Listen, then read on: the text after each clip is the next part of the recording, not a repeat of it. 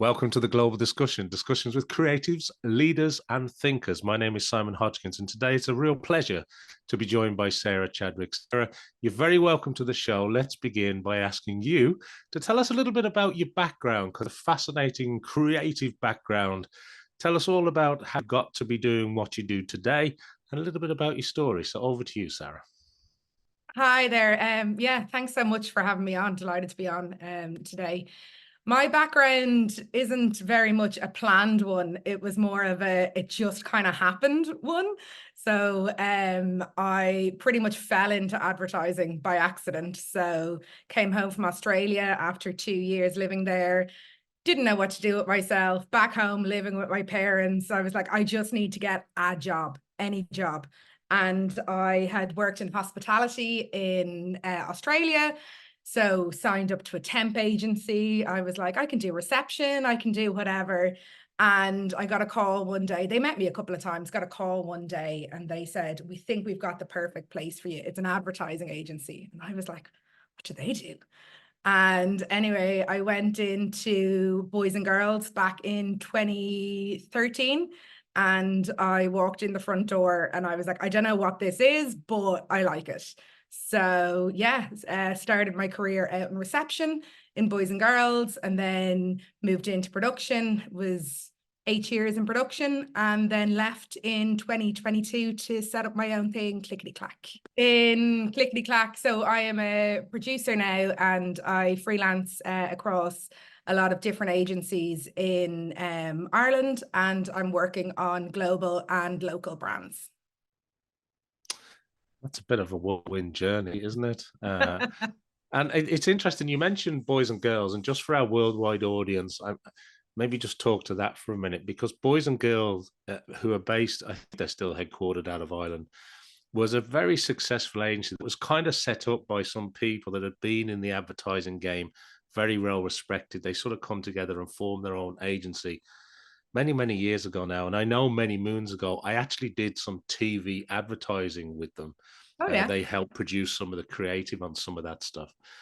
So they're very well respected and still work with some of the biggest brands in the world, don't they, Boys and Girls?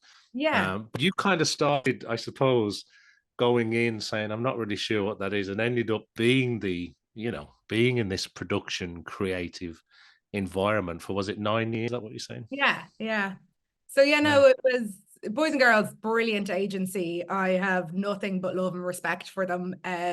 I grew up there, as I said. I went in as this little don't know what I'm doing, and I left this senior producer that was really proud of what we created in the 9 years that I was there. So yeah, as you mentioned, they were six senior leaders in the industry that worked on different agencies, and they decided, why don't we come together and set up our own? So they worked on international clients from Digicel to Three in Ireland to Jameson to Skoda. They have, all of the big brands they've worked on throughout the years. So I was very lucky that's where I landed at the very start.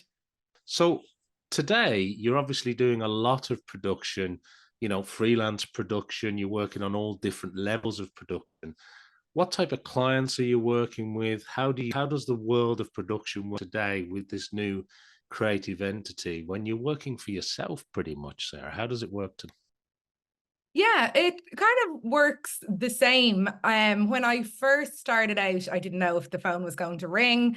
I kind of was like, I'm going to try this. I feel like I had gotten to where I was going to get in the other agency. So I said, I've got enough experience throughout all the different areas between car brands and telco and supermarkets and paint brands and everything. So when I went into the other agencies, when I got into the other agencies, I knew of creatives around Dublin, mainly because of, we'll probably talk about later on, my involvement in Icad. So getting into those other agencies was helpful because I was part of a community already. So once I knew of people, I knew kind of who to talk to. And yeah, I am doing the last 2 years of Clickety Clack. I have spent a lot of time working on the traditional advertising. So photography, TV ads, radio, that kind of stuff. Very, very good. So obviously having that network and that community of people that you could tap into, it's kind of always a risk, isn't it, when you go out on your own to say, well, as you say, is the phone even going to ring? Is anybody going to email me and use my services? But obviously with your extensive network throughout the production and creative industry, that starts to help. And I'm imagining there's some kind of flywheel effect there where work begets work, And the other thing I wanted to ask you just before we move on, because I do want to ask you about Icad. I'll come back to that in a moment that you mentioned. But I wanted to ask you about being a good producer. You were a senior producer. You kind of worked your way up. I know you did broadcast and content production. You moved into this role as a senior producer. You're now doing it on your own. You're working with some of the big agencies, some of the, very well respected creative houses that are working with brands today. If you were meeting somebody that wanted to get into this line of work and they were saying, well, what makes a good producer? What type of person do you need to be? What kind of skills do you need to have? Or what is a good producer today? What would you say? How would you answer that, Sarah? I would say to be a good producer is just to be human.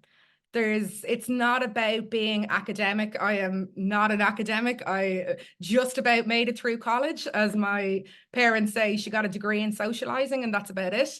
But so yeah, just know how to talk to people, know how to work with people.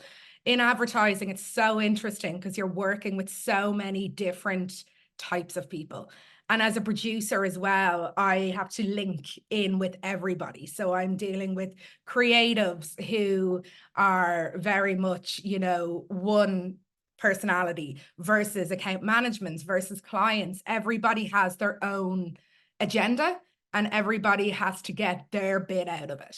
So as long as you can figure out people, and I suppose the psychology around people, and you're a decent person and you're a fair person, I think you can be a good producer. I think you can learn the budgeting and the scheduling and all that kind of stuff. That kind of, it becomes, it becomes habit. You figure it out as it goes along. You learn from your mistakes. You're like, whoops, I under budgeted that job, or I didn't give us enough time in that. And you learn from your mistakes.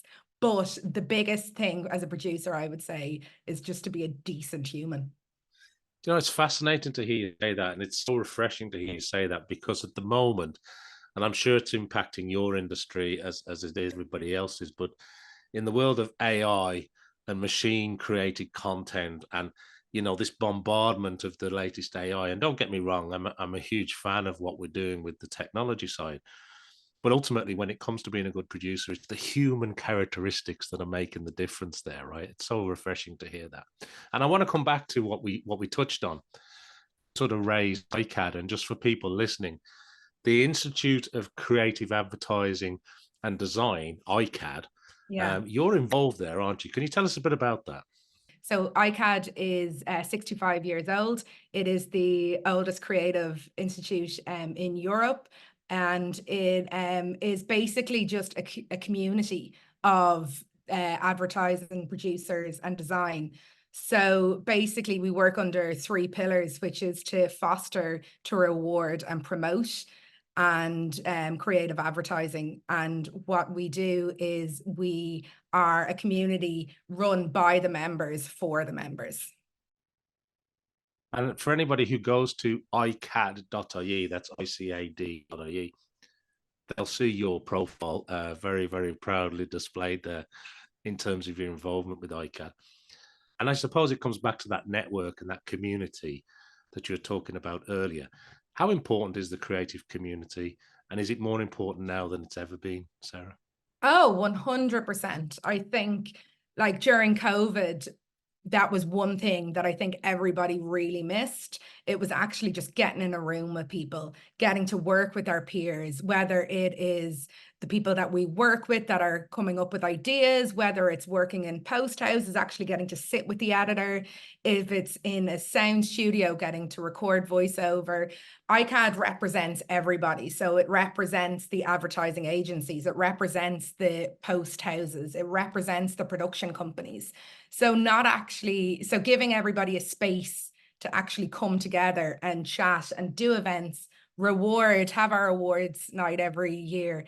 It's so important. You're bringing people together that is potentially going to give you your next job. It's potentially going to, give you inspiration to push for the next job. It is just, I love it. It's the reason I joined was because of part of the community. I got onto the old president, Rossi Macaulay, when I first finished in Boys and Girls. And I was very aware that I was leaving a network. I was very aware that I was leaving a home, my safety. I was going out on my own. I wanted to still be part of something.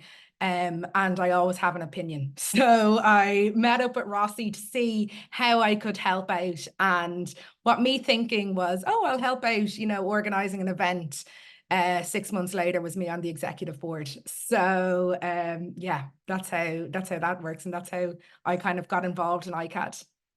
Yeah, that's it. That's incredible. And it's such an important, I suppose, institution at this stage. It's such an important community. And obviously, long may your contributions and success there continue. You've mentioned a few times that you've learned as you've gone. And when I was asking you about if you were giving advice to people, what's important, you were talking about the human aspects of it. And I want to sort of flesh that out a little bit more for our audience. Because there must have been people on your journey that have inspired you or helped you. Or there might be advice that you've picked up along the way that you find yourself sharing with others, or just some good information that you'd like to share with us. When I ask you that kind of question, what springs to mind, Sarah? Advice wise, I think, God, I'm picking up nuggets throughout my journey in my career. But I remember one creative director, actually, Rory Hamilton, said to us one day when we were pushing to get Cannes, we really wanted that Cannes line. And he said to us one day, you just need to be comfortable with being uncomfortable. He was like, we're never going to get it if we stay in our safe zone. We're never going to get it if we're just plodding along, doing what we always do. So I think that's something that's always stuck with me when I'm nervous in a meeting, when I'm, look at a script and don't know how I'm going to approach it, when I look at a budget and I say, how am I going to do this? It's the uncomfortable, but I know I'm not going to get somewhere good unless I get out of my comfort zone. So that is a piece of advice that I always think of. And the other, what I would say to more junior people that I chat to is don't always do what you're told. Everybody thinks that they know what they're doing, and everybody, will tell you, oh, it needs to be done this way. And a lot of, especially junior people, will say, oh, well, I'll do it this way because I was told to do it this way. So if you think you could have a better way of doing it, if you have an opinion, if you don't agree, I am always the voice in the room saying, no, I don't think I'll do it that way. Or I don't think we should do it this way because of X, Y, and Z. So yeah, don't always do what you're told and always have an opinion. So Very, very good. Well, they're two great pieces of advice. So look, if anybody's watching or listening who's interested in also picking up trophies and winning campaigns at Cannes Lions or the Kinsale Sharks or maybe the Love Radio Awards or wherever, because I know there's a trophy cabinet of stuff that you've worked on and produced. So it's really, really encouraging to hear that. So thank you for sharing that, Sarah. As you look forward, though, now, at the time of recording, we've kind of got this new year ahead of us. What does the year ahead look like for you? Do you plan month on month, quarter on quarter? Do you take each day as it comes? How does it work in your world, in this world of content production, being a producer? What do you plan on? How are you going about it? And what's on your roadmap? that's actually a really interesting question, because what I'm answering today, I probably would have answered differently this time last year. So at the moment, I don't know, is the answer, which is scary. But again, being comfortable with being uncomfortable is I just have to, I've my fingers in a lot of pies. I'm waiting for certain jobs to get going, but the advertising landscape at the moment is so fragile in you could be working on a brief and the next day it just gets pulled. And, you know, have these relationships with agencies. So I'm in, and I understand that if the job gets pulled, the job gets pulled. And my next 2 months that I've lined up could just be gone over one email. So that's what I'm learning this year. Is the first 2 years of Clickety Clack was great, really successful. I had one job after the next job after the next job. So I was fully booked for 22 months, where I always had the next job lined up. For 2024, that's not the case. And I'm actually okay with that. I get to see where else I can go now that I'm not fully booked, now that I can get more involved in the leadership of Icad. My brother is a musician who's releasing an album this year. So I'm going to work on music videos and content to get his work out there. I work with, I do a lot of volunteer work within the industry, which is, as my accountant says, you don't get paid on volunteer work. I'm like, I know, but I like doing it. I work with the Cannes Young Line winners that every year they have an entry. So the Cannes Young Line winners from last year out of Ireland, I'm helping them produce their script. So although from an actual paid work point of view, it's a bit up in the air. I have a lot of projects and stuff that I'll be working on. And there's always something in my apartment that needs to be spray painted or, you know, glue gunned. I'm obsessed with always doing bits around the place. So I'm not worried that I won't be busy. Very good, very good. And I'm sure you will. So make the most of that time you have at the moment, you know, to look at those other endeavors. And I know you're involved in a lot of other things, and you do support. I mean, particularly the young Cannes Lions, such an important area to foster that new creative talent coming through. And it's interesting, isn't it? Maybe, you know, a little bit further on your journey of working for yourself now with Clickety Clack a couple of years into it, how you have a different perspective. You know, it is interesting. And I know I speak to many creatives and many people in this sort of world where when they do go out on themselves, you just kind of grab the jobs and you do all the jobs and you want to make sure that you're busy. But what gets pushed aside sometimes then is the strategic thinking about where do you want it to go. So Exactly. it is encouraging to hear that. Look, finally, and before we run out of time, Sarah, is there anything else that you'd like to share with our worldwide audience today while we have them here watching or listening to this episode around the world?